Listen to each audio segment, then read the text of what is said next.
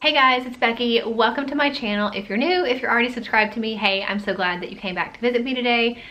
I am filming a few videos today, and I haven't filmed in a while. If you guys have noticed, maybe you haven't, that my upload schedule has been very different, sporadic, inconsistent lately, and that's just because I'm in this place where I'm trying to figure out what's going to work for me going forward. I'm also considering taking a break for a few weeks. But anyway, this video was not planned. I actually have two other videos I need to film, and I felt this one and I wanted to tell you guys. It's Sunday, and I usually film on Sundays if I'm gonna film.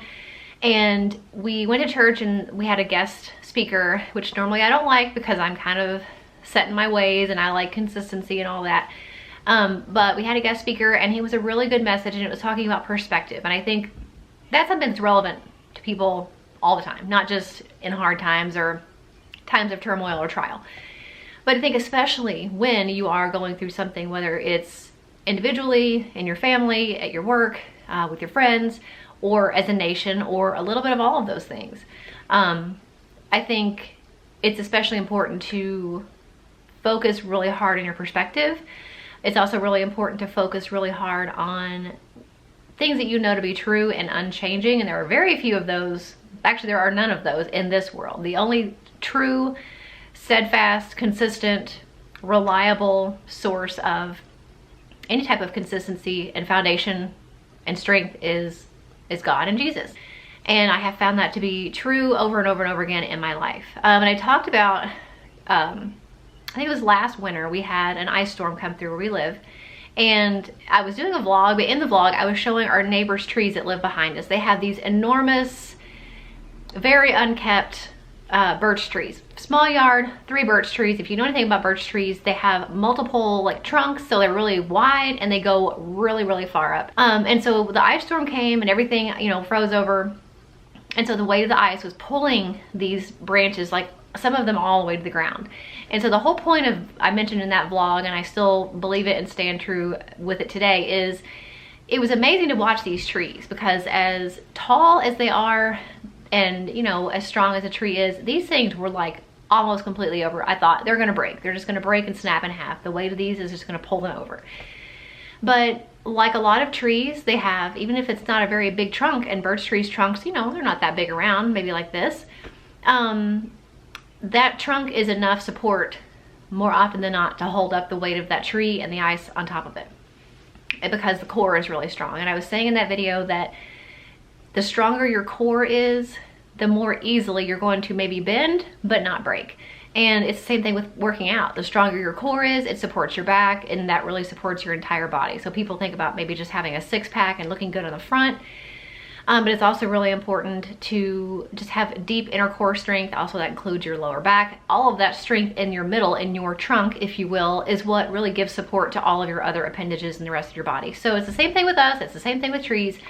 The stronger you are in your core, the more unshakable and unbreakable that you're going to be when it's a windstorm, a hailstorm, ice, you know, all these things that are kind of like, in our case, a death or a job loss or an illness or unrest and different things going on in our government and our country. You know, the more we are focused and strong at our center and focused on God and having that strong core of faith, the easier, not easy, but the easier these things that are coming at us are going to be. So I think that's really important when you're thinking about your perspective, looking inward to find, you know, really question yourself. How strong is my core? How am I looking? Am I looking to the external sources to make me happy and make me feel secure and safe and have hope? Or am I looking to God and focusing on my core beliefs in Him and Jesus and how He's got everything in control? He is sovereign. He knows what He's doing. He has a plan for me. He has a plan for the country. He has a plan for the world.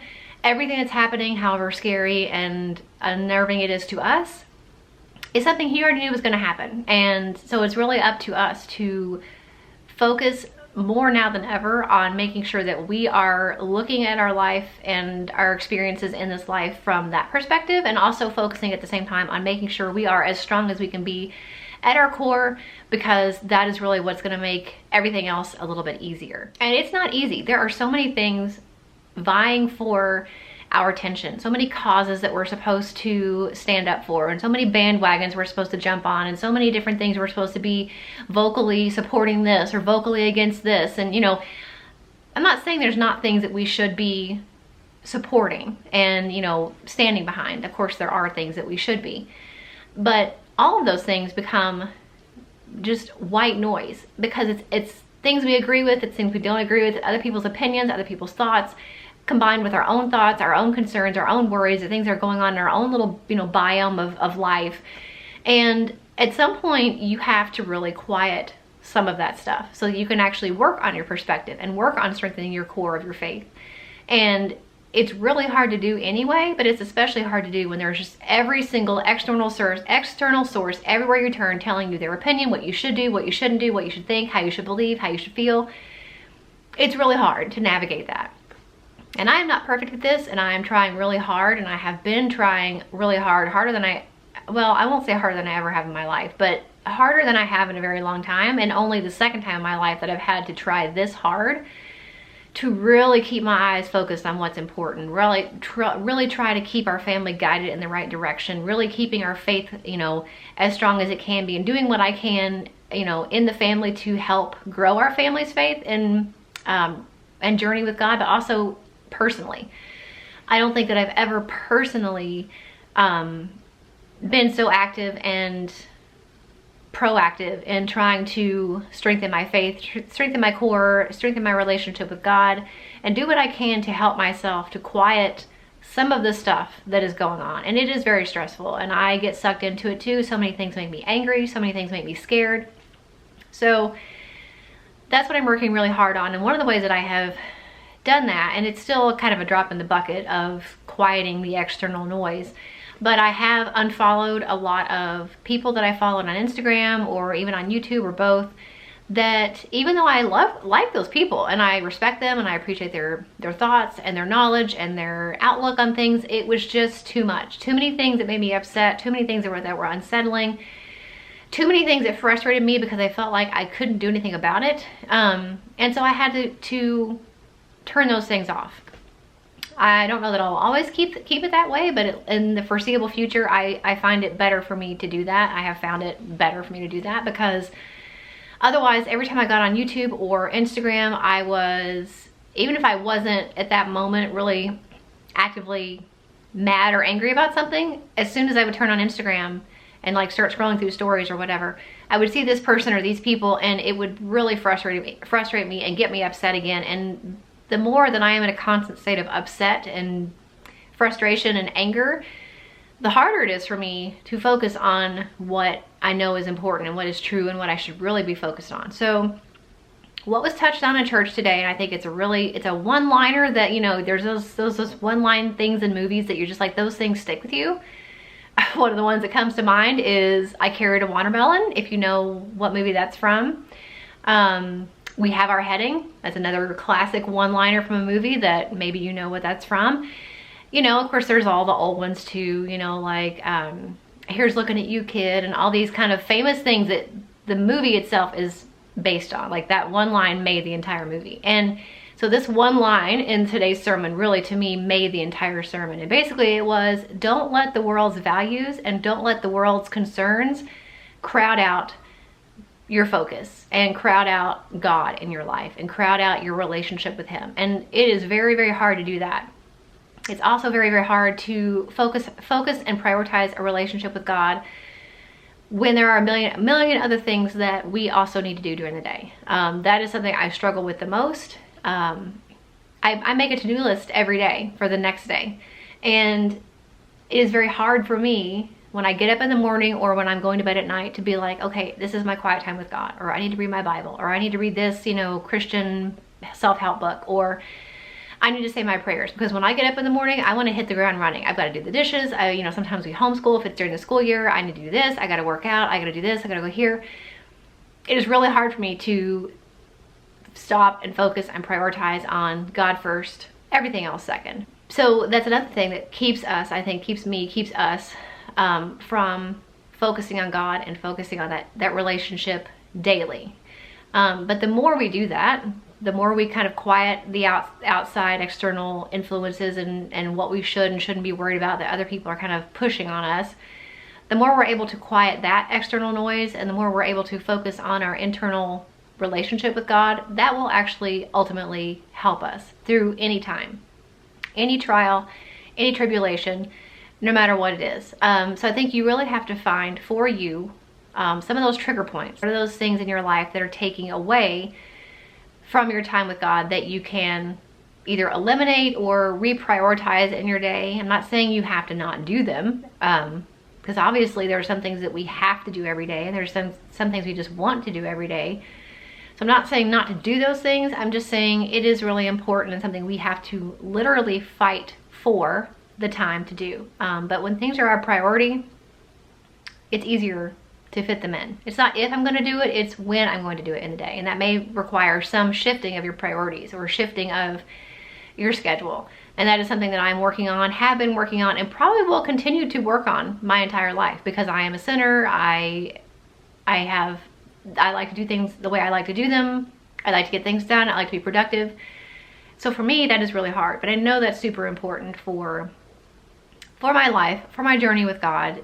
It'll also help influence the mother that I am, the wife that I am, just the person I am in general. But it will also definitely help in these times, whether it's now or, 5 or 10 years down the road or whenever, where we're going through things where we just feel overwhelmed and we don't know what to do. We feel helpless, we feel scared, we feel worried.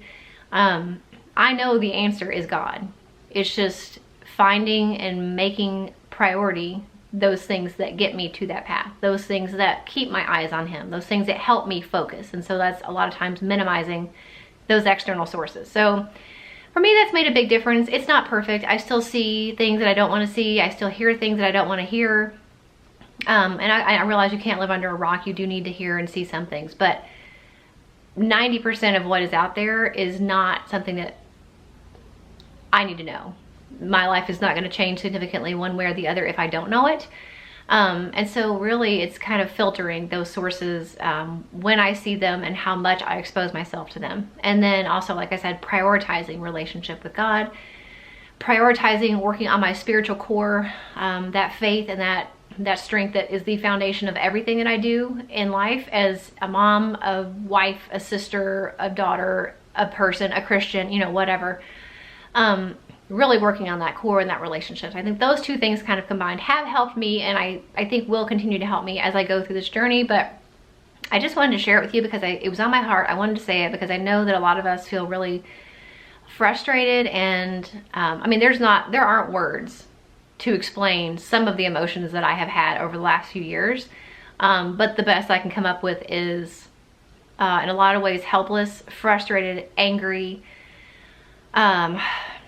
That pretty much sums it up. And so if you've been feeling that way too, and you're struggling to keep your head above water, then I hope this helps you and kind of centers you a little bit and helps you think about maybe, again, some ways in your life you can prioritize your faith, you can prioritize your relationship with God, and you can find ways to focus on keeping your eyes on Him and what matters, and not getting overwhelmed as much by other people's opinions and what the world tells you should care about. Really focusing on what you truly should care about, and that's your relationship with God and how He's got all this under control. So that's my little speech for today. I hope it was helpful. Kind of a one-off. I don't really know. Every now and again I get these thoughts that go in my head that I think I really want to share these, but I have no notes. I have, nothing really except just kind of me rattling off what's in my brain and what's on my heart. So I hope it helps you. If you were meant to hear it today, I hope it was helpful for you. If you liked it and it touched you, make sure you give it a thumbs up. Don't forget to subscribe if you're not already, and I'll see you in the next one. Bye.